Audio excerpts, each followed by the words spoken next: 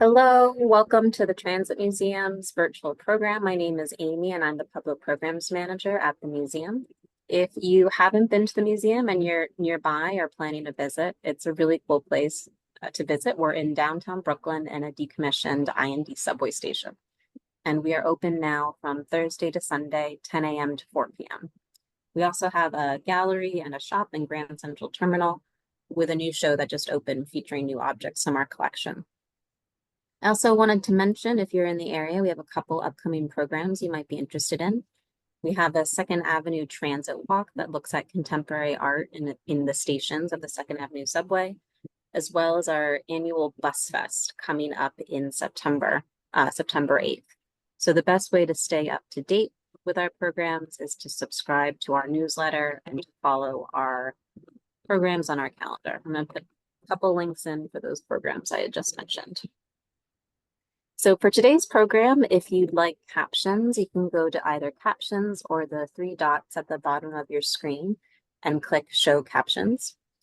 Also, per usual, we'll leave time for questions at the end. Feel free to add them to the chat during the presentation and I will share them out to Natalia at the end. So today I'm excited to introduce Natalia Irina Roman. She is an artist, curator, and researcher with a background in fine arts and public policy. Her diverse portfolio spans solo and group exhibitions internationally, focusing on installation, video, photography, and participatory art. Since 2017, Natalia has initiated an art cooperation with the railway company Deutsche Bahn, transforming interlocking powers into art spaces for train passengers, which is funded by Berlin Capital's Cultural Fund. Beyond exhibition, she engages in public discussions like this one, and teaches at Bauhaus University Weimar and Berlin University of the Arts.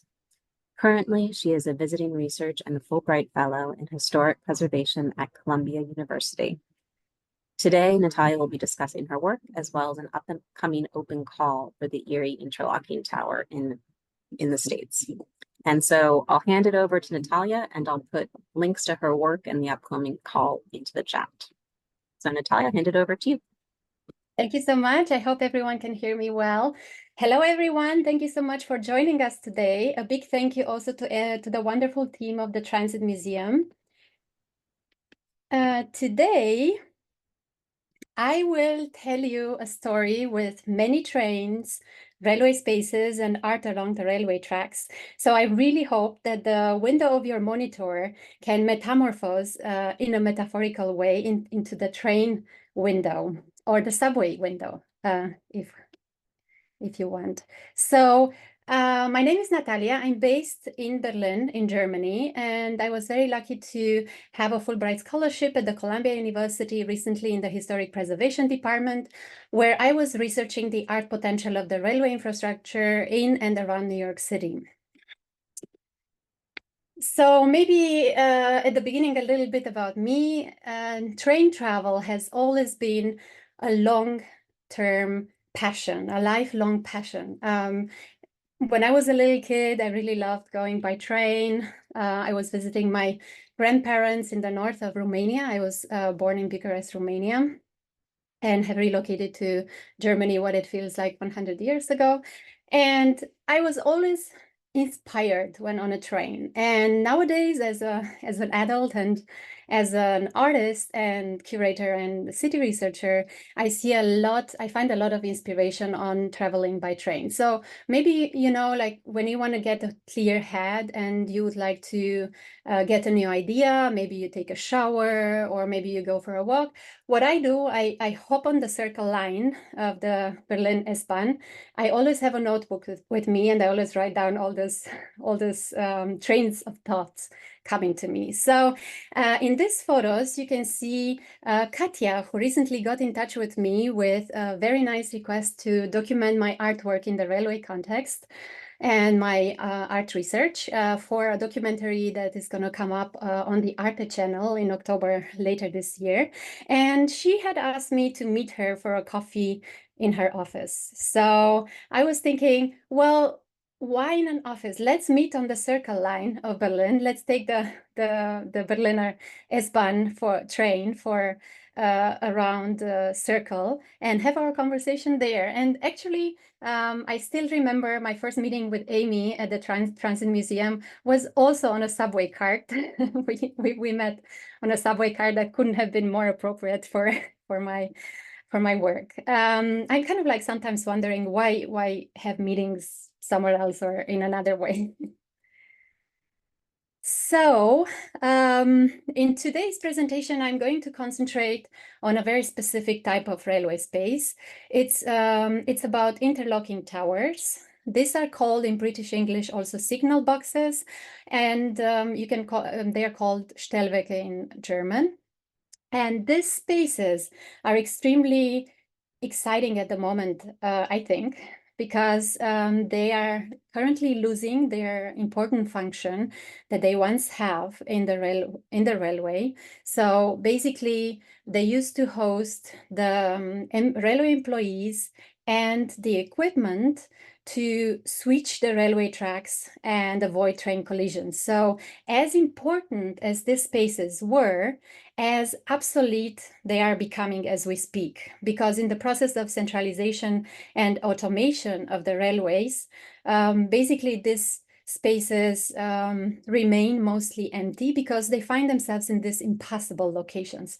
I always like to show this, this particular image of an interlocking tower in Berlin because it kind of looks as if it's hovering above the railway tracks. So it has lines above and below, and it's kind of like you kind of get to wonder, how do you get up there in the first place anyway? So I became very fascinated by these interlocking towers, and I particularly appreciate their very eclectic architecture because as opposed to other spaces like a swimming pool or a water tower, these spaces basically have a very, very different architecture, very different typologies, because they didn't have to fulfill specific architectural specifics other than providing good visibility and being very close to the tracks. So basically, some of the towers were built later than the station next to which they were built. And sometimes they look very different than the station. Sometimes they look like the station itself. You used to find interlocking towers at every junction. So they used to be quite spread out, but nowadays they are being demolished by the railway company, or some of them are listed. So for example, in Berlin, you have around 100 interlocking towers still left, and 20 out of 100 are listed. So their historical value is recognized. But the question is, what can you do with such a space, such an otherworldly space? What can you do with it? And what new function can it take over if there are so many security issues, if it's so difficult to gain access? So that's how my odyssey, so to say, my cooperation with the German railway company has started many years ago. I've contacted many employees from various cities and tried to gain access, which I did. And this is what I'm going to be telling you today about some of my artworks along the railway lines and some of the other formats that I have realized in this context, such as classes I'm teaching on actual trains. So basically imagine you're hopping on a train and going to work or to school, and then you are transforming this travel into a work of art. So, but let's take things one at a time. I definitely would like to make a reference to Bern and Hilia Becher. So these are not interlocking towers, but these are indeed water towers, since I already mentioned them. And what I want to show you is that this specific architecture, it's recognizable in a certain way. So whenever you see a water tower, you might be able to immediately recognize it because of its height and the upper volume.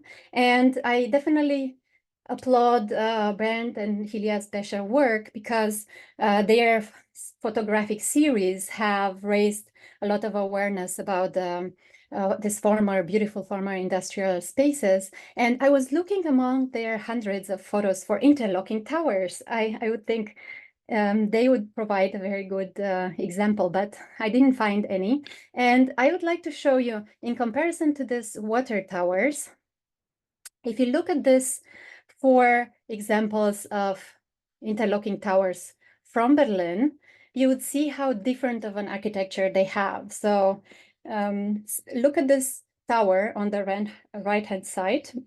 It has kind of, it has a kind of a form of a mushroom. So basically this spaces had to fit in between railway tracks. Here it's above the platform, so it would kind of like stretch over the train platform towards the railway tracks so that the employee in the tower could like run from one part to another to have a look at both tracks. So at the beginning of my railway journey, so to say, I did imagine an exhibition in 50 such interlocking towers that you would see from the trains and from the train platforms. So that was quite an ambitious vision, so to say. I am very happy that I did realize exhibitions in this context, but maybe with a little bit less than 50 towers in any case. And here, I would like to show you one interlocking tower from the US. It's not very far from New York City in Waldwick. So you have to take the train from Penn Station to Secaucus and then drive, continue to Waldwick. And this is where you're going to see this beautiful listed interlocking tower. I'm not sure if some of you already know it. I was very lucky to be able to research this space and to work with it artistically as well while I was in the US recently with my Fulbright scholarship. And I'm going to show you later also the interior of the tower, and I'm going to show you an artwork I've realized, an art intervention for the train passengers, and also talk about the open call, which we currently coordinate at this tower together with Kurt and the Historical Waldwick Society. So who is Kurt and why is Kurt taking care of this tower for the past 25 years? What is his motivation to do so? Basically, Kurt is the great-great-grandson of Harvey Springstead. Harvey Springstead was a very well-known railroader at that time and used to work in this tower. And Kurt decided to take care of the tower in honor of his great-great-great-grandfather. And basically, he got in touch with the Waldwick town and helped them raise the funds to buy the tower. And he has been taking care of this tower ever since. And basically, our open call is looking for artists working artistically with this tower, but to install art site-specifically in such a way as to be able to see it from the trains passing by. There are several trains passing by every day, and we would like to create an exhibition for the train passengers. So in my quest of looking for interlocking towers and gaining access to the towers, and my art research of the interlocking towers, I've come across a lot of passion. So same as Kurt, Lars here in the photo, his father used to work in an interlocking tower himself. And Kurt told me that when he was 7 years old, he was working in a tower himself. And today, Kurt has a whole website with interlocking towers from Berlin, where he collects images with the towers and archival information. So there is a lot of passion here as well. And let me tell you that this is also a very rare occasion to see the interior of a tower, because we mostly see towers from the outside. And also in my curatorial concept with working with the towers, you see the towers from the outside, so from the trains. But this is my tower, so to say. I've been not quite mine, but I have the keys to this space, and I've been continuously using it since 2017 and counting. And I would like you to see here on the floor, you see some scars left, because here there used to be historical levers. I'm going to show you some photo with some historical levers as well later on today. And this used to be a mechanical tower and has been out of function for many, many years. This is another example from New York City at Penn Station. You can see here a historical photograph of a tower which was constructed below the sky. So you can see in this historical photo how the tower used to look like. And on the left, in this photo on the left, you see how the tower looks today. Today is kind of like in the belly of the station, because the station has developed over. And here on the right, you can see a photo from inside the tower, because together with Mark from Amtrak, I was able to have a look inside.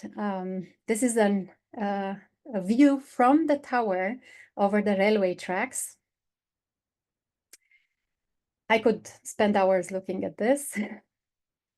And here on the left, you see the signal board that the employees used to work with. And here, Mark had, he told me during our visit that he had written with his own hand the date when this tower had been constructed, and also the date when he himself, on the 1st of October 1994, closed the doors of this tower. And I can also share with you that it was only a couple of months ago that he went back into the tower after having closed the doors of the tower in 94 together with me. So it was a very, very emotional moment as well. And here on the right-hand side, you can see the digital control center, just a little part of it. Basically, this type of control centers are replacing the interlocking towers. And in this cubicle here, is basically has taken over all the functions of the tower, which stays empty at the moment. Today we're going to travel a little bit. We're going to hop from Berlin to New York and back and beyond. It's a very special moment for me, because here I'm together with the train operator and his trainee. I had the privilege of being driven on a Berliner train, S-Bahn train, like the one in the picture, but on the it used to be on the other side of the building. And with doors wide open, just by myself and very slowly, to be able to document my installation, which you can see here in the windows, which is a light installation which conveyed the impression that the whole upper level was underwater. So basically, this is a tower at the outskirts of Berlin on the S-Bahn line number 3. And you could only see the light installation just when passing by, just for a couple of seconds. So for me, it was very important to work with this tower as well in the exhibition, because I wanted to see how can you work in such conditions. So what can you do, what can you not do? For example, in this railway context is very restrictive because of security issues. You can never work with green light or with red light. You cannot work with spotlights. So it was very, very interesting for me to see what is possible. And basically, you can see a couple of these shots on my Vimeo channel. I'm going to give you a link later on. And here you can see the same tower from the train station. So as you see, you can't really see details. So you really had to be on a train to look at it, and then you would see it for like 5 seconds the most.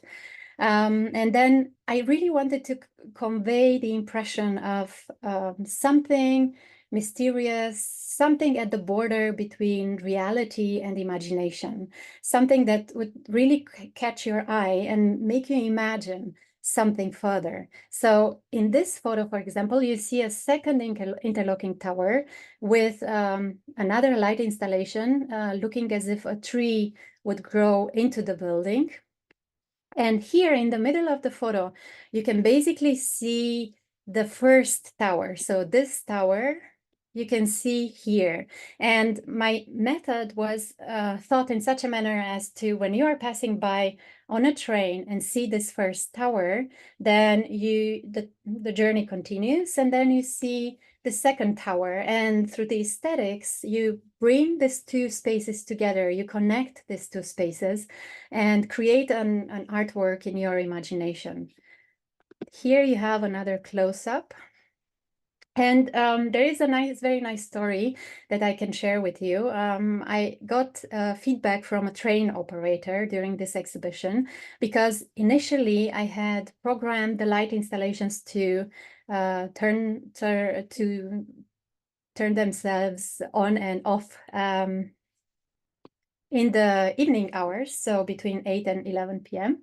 But he told me that he wished to see the light installations in the morning hours as well. So after getting his feedback, I've programmed the lights to go on between 5 and 7 a.m. as well. And feedback is very important for my art work and art research in this context. Here you can see two other installations. In this window, for example, there is a text installation which only shows when someone activates it and passes by. So basically, you have this disused tower quite silently standing here, and then you pass by, and then suddenly this window talks to you, so to say, is shouting or whispering something, depending how that comes across to you. And here on the right, you see this yellow dot. This is another art intervention I've done I've installed this yellow dot on several towers, for example, on this one as well, also on the Circle Line. This is a tower on the Circle Line. And what I wanted to do is to draw attention to the towers, but also install something that looked kind of as if it could have been there all the time anyway. And I also referenced the yellow color from traffic, because you have green and red, but yellow is a kind of a standby color.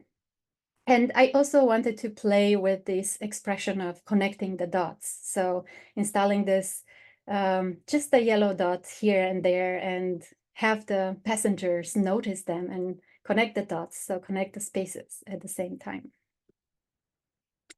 This here, it's a collage work of the information windows on the Circle Line at various stations. So basically, in Berlin, like in New York City, you have a lot of commercials on the subway platform, right? So these are the windows without commercials and just with practical information from the railway company. So basically, you have maps, like here you see a map, you have schedules, just practical information. So here, you basically see in color how the poster of announcing my exhibition along the lines with the towers was kind of like squeezed in here. It's kind of, I like this this collage, because it kind of points to the singularity of this kind of a cooperation. So it doesn't happen all the time to have it. And it's kind of like this poster was really squeezed into the window, and this amount of practical information, they found a place for it nevertheless. So I was very happy to see it there. Now back to the Waldwick Tower. Here I had the chance to install a text work. So on the left photo, you see written "Hello, stranger," and this is the side of the tower that is mostly visible from the train operator side. So basically, the tower, after having been taken out of function for many, many years, is now greeting again the train operator. And the tower says, "Hello, stranger," because they actually know each other, but they haven't seen each other for a while. They haven't talked to each other for a while, so to say. And on this other side of the tower, I wrote "Slow down." This is the side of the tower that you can see best from the trains. And I really wanted to work with a material that changes with the movement, that reacts to movement. So basically from the train, you would see the colors changing. Please access the QR code on the train. This is the link to our open call, the one that the call I briefly mentioned. And I would like to tell you just a couple of words about it, because we are definitely looking for applications from artists, sketches, just some ideas of projects that you would like to install at the tower to be visible from the trains. So basically, something that you could install site-specifically, addressing, referencing the history of the place, responding to the architecture. And you can submit an application until end of September this year. In the jury, it's me and Kurt, and also Wendy Foyer, the founder of MTA Arts. We are very lucky to have her join us. And we're definitely going to look for projects and evaluate the projects according to the artistic quality, but also feasibility of installing next to the railway tracks. So please forward the call to anyone that you think that might be interested in this, in such a project. We would be very happy to answer any kind of questions. You will find all the information on the website. So yes, this is Mira Lademan Ukeles. This is an artist residing in New York, if I'm not mistaken, still. And she became very famous many decades ago because through the Manifest of Care work and through her cooperation with the sanitation department in New York City. So basically, over decades, she had an artist in residency with sanitation department, had an office at their headquarters, and she created an artwork in which she basically documented herself shaking hands of the 5,000 employees, and the people, the people behind the organization were in focus. So I'm often thinking about this. I'm very inspired by this work because in my work with the railway company, I also cooperate with an organization, and in my work with the railway company, beyond the art installations, the relationships with the people and the people themselves have become very important. And the question of, as an independent artist, how can you install art? How can you make such exhibitions? How can you realize such exhibitions? What I'm going to show you now is a visualization I had the chance to present last year at a conference in Tokyo in Japan, a conference on technology and mobility. And this visualization basically shows 4 interlocking towers that I've been working with for this specific exhibition along the lines. These are the 2 towers I've shown you with light installations as well. So the EM tower is the one with the water installation, and the ERK is the tower with the tree installation. And then on the left, you also have a bridging interlocking tower, if you are interested in this kind of a typology. And in this visualization, I'm going to break down my art research into 3 different chapters. So there is the big chapter of getting access.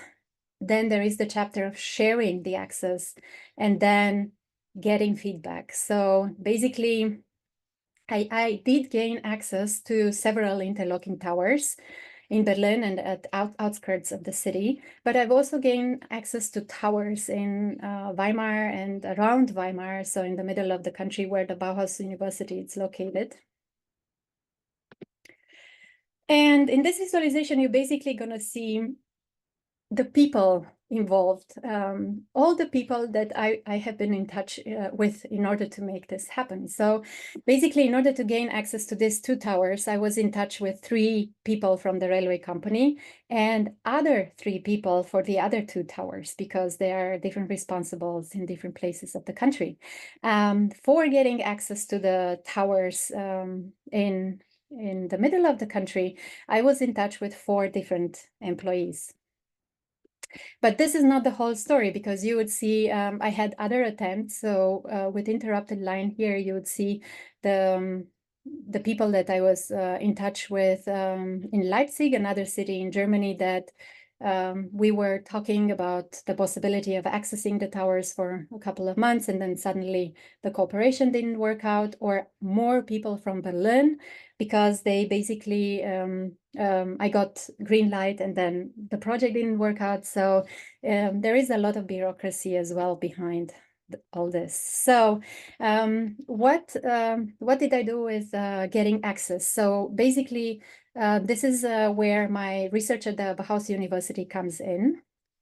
And I have organized exhibitions, either solo exhibitions, my exhibition in the towers, or other venues, or group exhibitions. And basically, for example, for one open call I've launched in this context, I got almost 200 applications from artists, not just from Germany, but international as well, from New York City as well.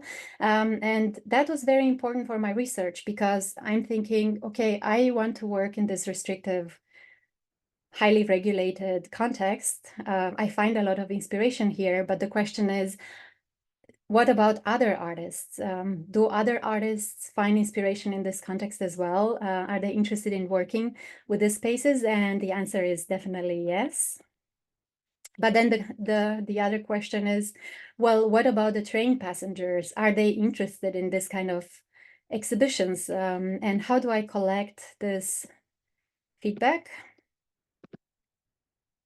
Basically, what I do is I organize public discussions in which I connect railway employees with creators and people interested in working with, in this context, one way or another. So not necessarily just with the interlocking towers, but just to facilitate conversations between them and railway employees.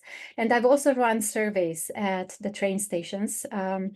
Here below, you see you also see, let's not forget about the bureaucracy at the university. So in order to run my classes at the Bauhaus University, these are all the people that I had to be in touch with and personally talk to in order to make the classes happen. And of course, this tableau would not be finished without the other many people that I've been in touch with when it comes to my team and the project partners and everyone that has been involved in the process. So just imagine now that you have the complete picture with how many people I had to talk to and coordinate with in order to make such an exhibition happen. It becomes a work of art in itself, so to say, just this kind of a complete picture and looking at it. But leaving aside the white on black, I would like to show you a couple of faces as well. I am here, same as in my background, if you can see my background, at the Historical Trains Museum at the outskirts of Berlin in Erkner. And basically here you see part of my team for one of these exhibitions and partners and supporters. Here on the left, you see another light installation I have realized in this tower.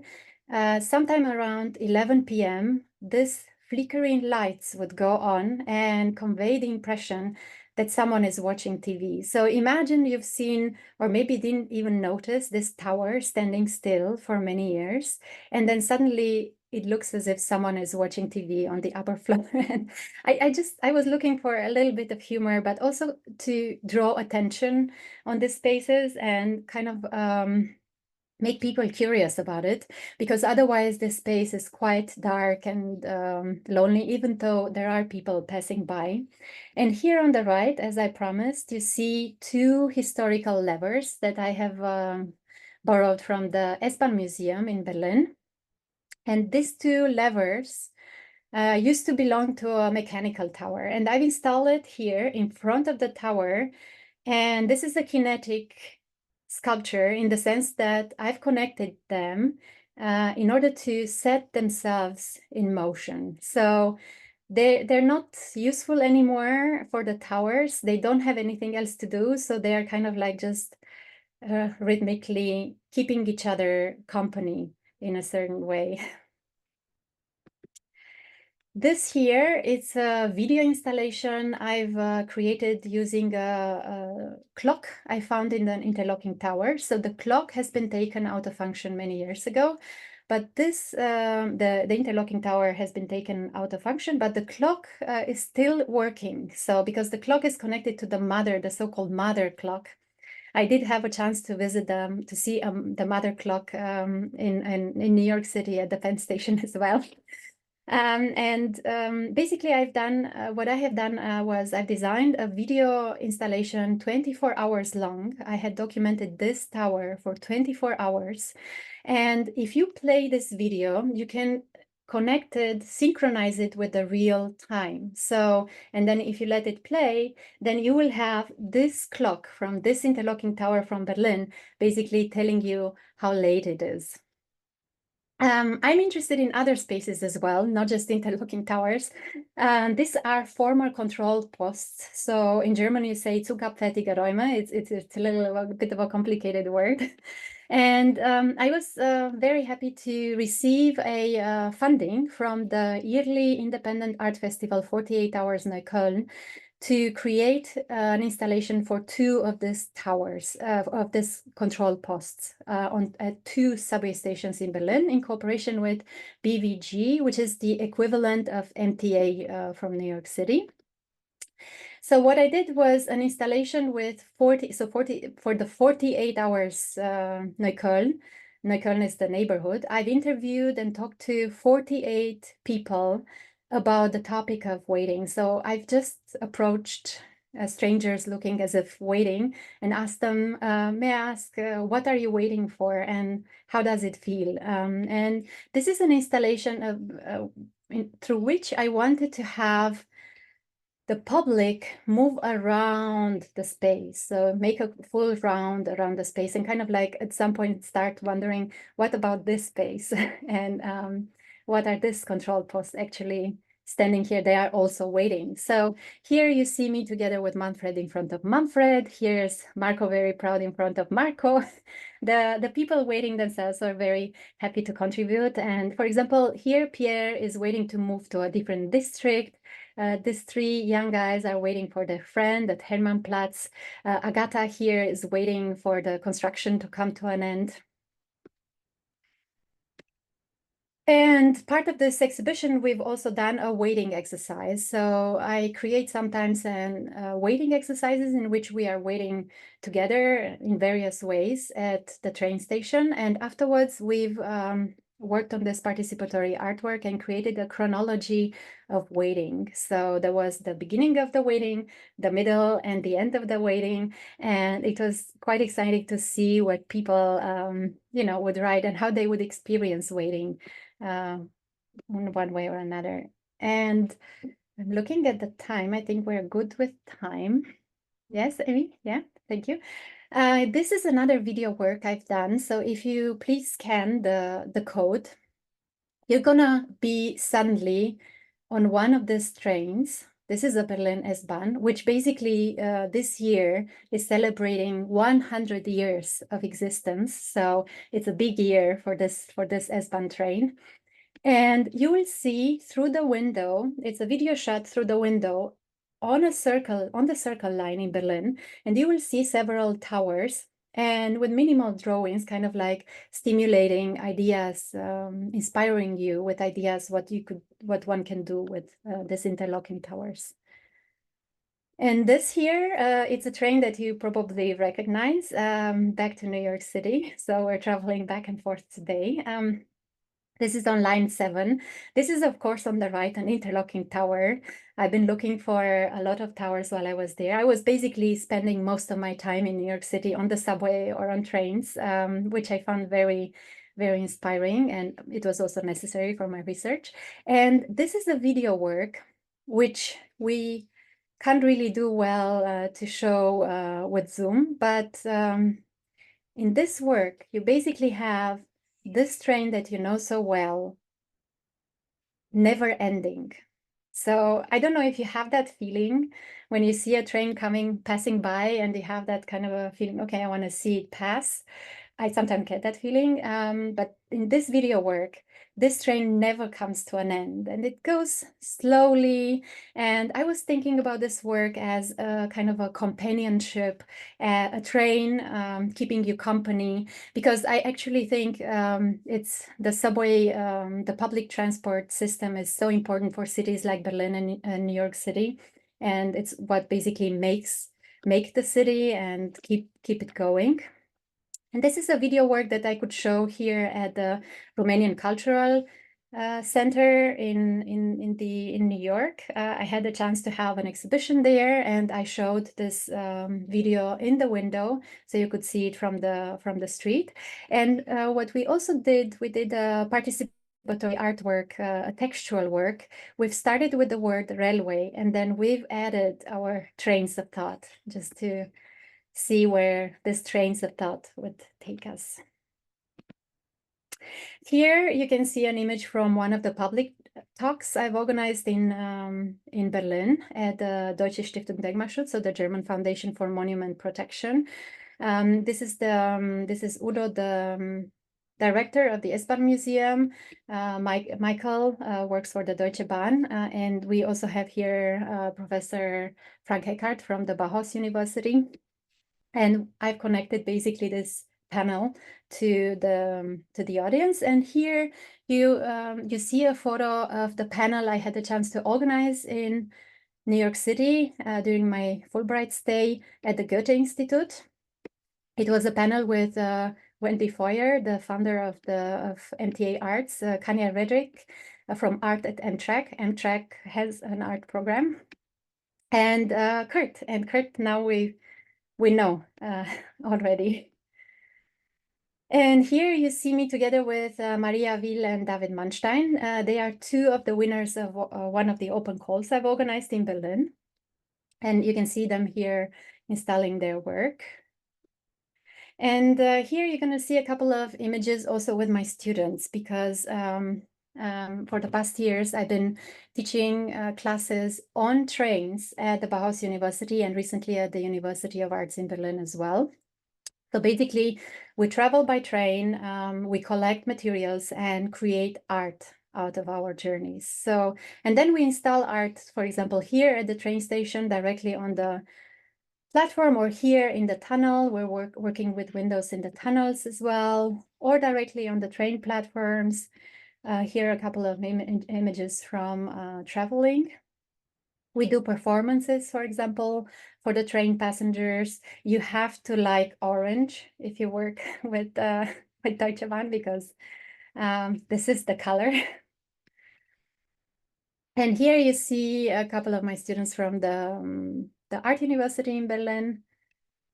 And here we're back to New York, because at the Columbia University, I had a chance to organize a one-day such class. So we met with Vey from Art at Amtrak at the Penn Station. Then we went to Secaucus and we met Rich from NJ Transit, who hopped on a train with us.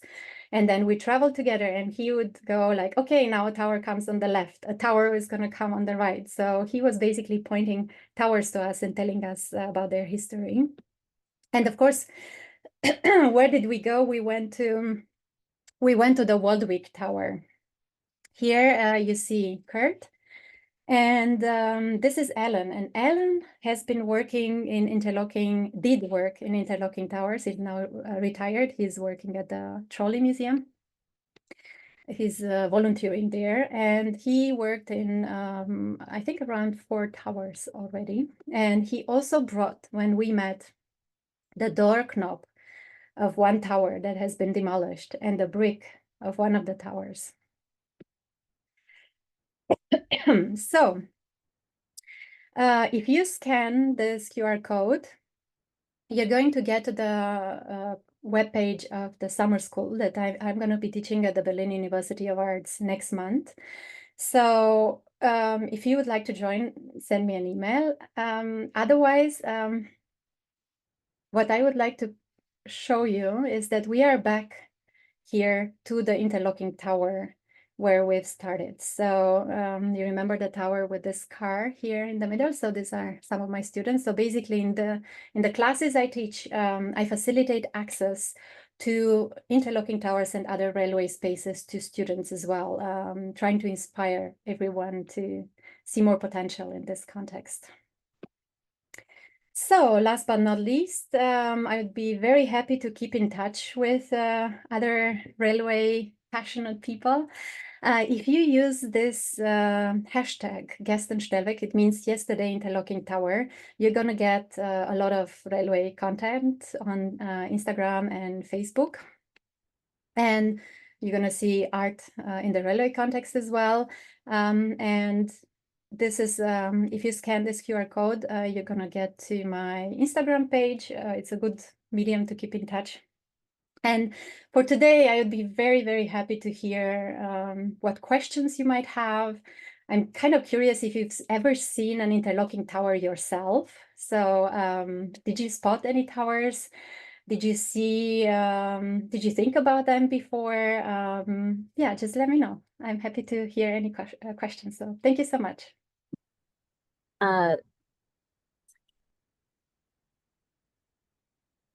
Thank you so much, Natalia. Can you hear me? Yes, I'm unmuted. So Yes. we do have a couple questions in the chat, but I wanted to start it off by, your work, you seem to be really drawn to obsolescence and repurposing objects and spaces that have lost their function, and that seems to be a through line. What draws you to that, or what does that exactly mean to you? And has that always been something you're interested in?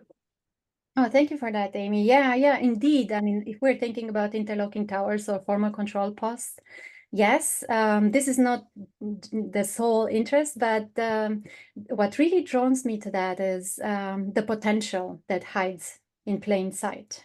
So basically, you would have, let's say, on the Circle Line in Berlin, you would have around 500,000 people taking the Circle Line, and you would have these towers not being used, standing silently. And I'm thinking this is a lot of potential for the towers to become art spaces for the train passengers. So this opens up new working methods for artists. So it's not just about art at the train stations, but it's also art in between the stations where you have the spaces. So it's a different viewership at the same time. So it's the potential, I guess, that really draws me to that.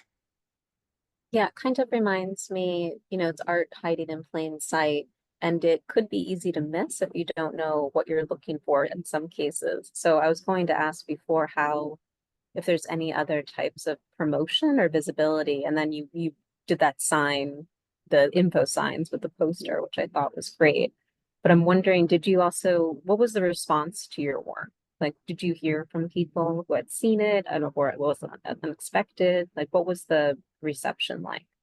Yeah. Thank you for that, Amy. Yeah, I did run surveys specifically with train passengers about some of the works. I did get also some media coverage in that sense. There were the posters in the windows, but actually the best viewership I could have hoped for was just the everyday passengers looking out of the window and discovering something and getting inspired by that. So this is the same as any kind of project in public space. You basically have a lot of people passing by, and then, I mean, some things we will not know, but I did get a lot of feedback from train passengers, from other artists, from train conductors as well. So I did get very, very good feedback and encouraging for more such interventions. And of course, it's also very important to have other artists interested in working in this kind of a context as well. So that's something I've researched as well, together with feedback from the passengers. Yeah, I think Ukeles and the Becker photos really, I think, connect to your work a lot. But I also think about like Bill Brand's Mass Transiscope, which is like this unexpected installation, and Max Neuhaus's sound work in Times Square. Kind of these like wonderful, once you know they're there, it feels like this secret and it makes you feel proud, be in New York. So we have one person in the chat said that They have some beautiful towers that's stationed in Philadelphia. They were designed by prominent architects and were artworks in themselves. Wow. Thank you. We also have a question. So the Circle Line went into East Berlin. How was that reflected in your work? What was that again? So the Circle Line went into East. Did you say East Berlin? East Berlin, yes. Yeah. So do you mean the specific towers that I have taken, or do you mean the Circle Lines generally? Because what I'm thinking about is whenever you work site specifically, it really depends what kind of what are you responding to? Are you responding to the architecture, to parts of the history?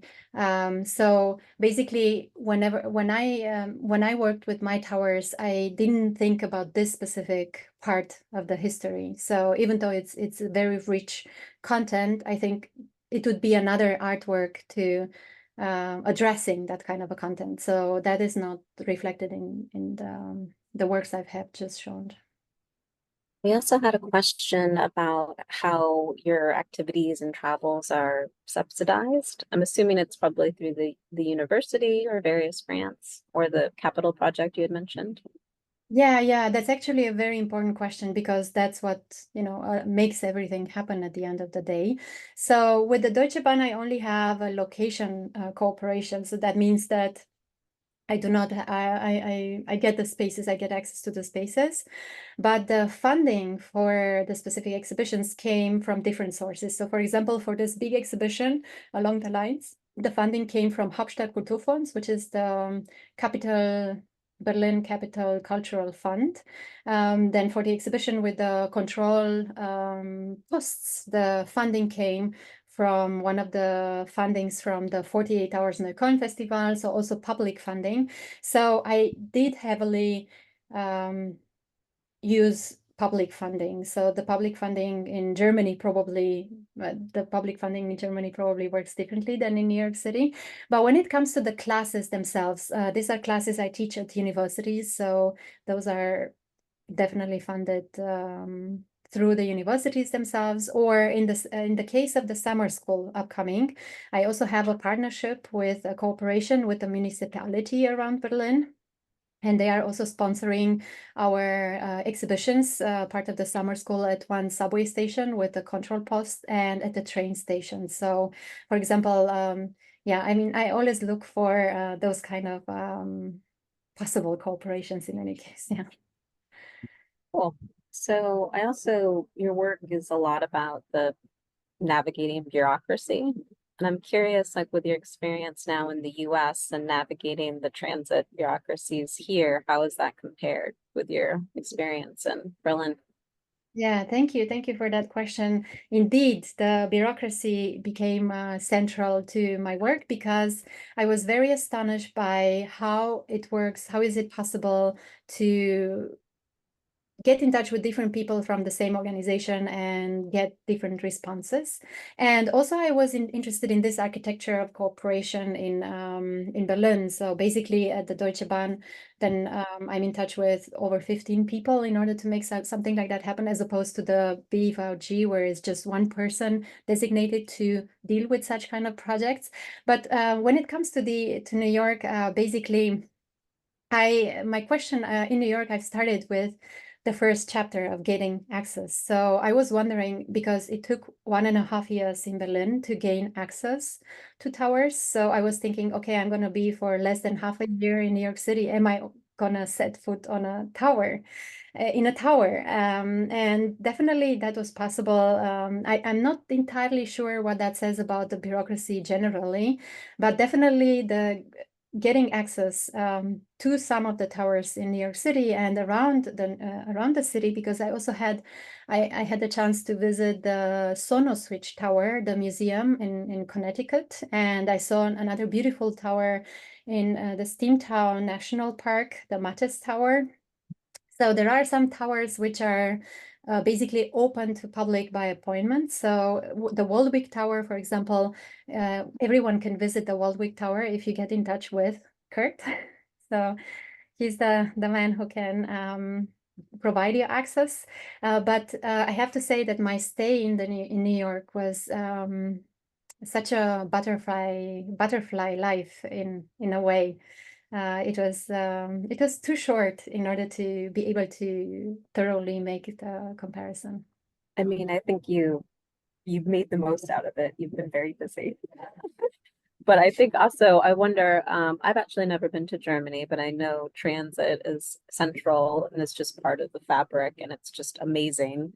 And is it the same kind of passion for transit that we see in our audiences at the Transit Museum, or is that different too? Is it just like a given in Berlin, or are people like obsessed, kind of like some of our fans?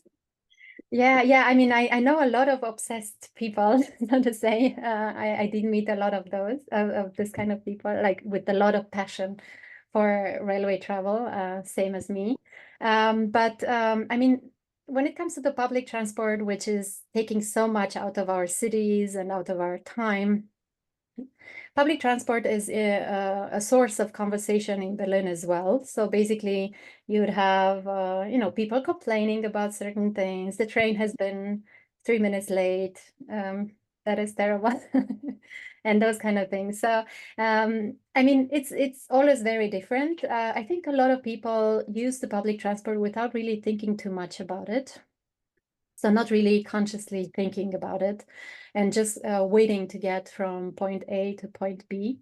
So definitely a little bit of everything. Yeah. Okay, great. Well, I thought that that was excellent and extremely unique and just like the perfect topic for one of our programs. Thank you so much, Natalia. Um, and I also want to thank all of our audience members for coming today. Again, we'll love to see you in the museum if you're in town. I'm going to put a link into the chat with visit information. Also, another link if you want to become a member of the museum or make a donation. If you've enjoyed today's program and want to support future ones, that would be a great way to do that. I hope to see you all at a future program, and I hope everyone has a great rest of your day.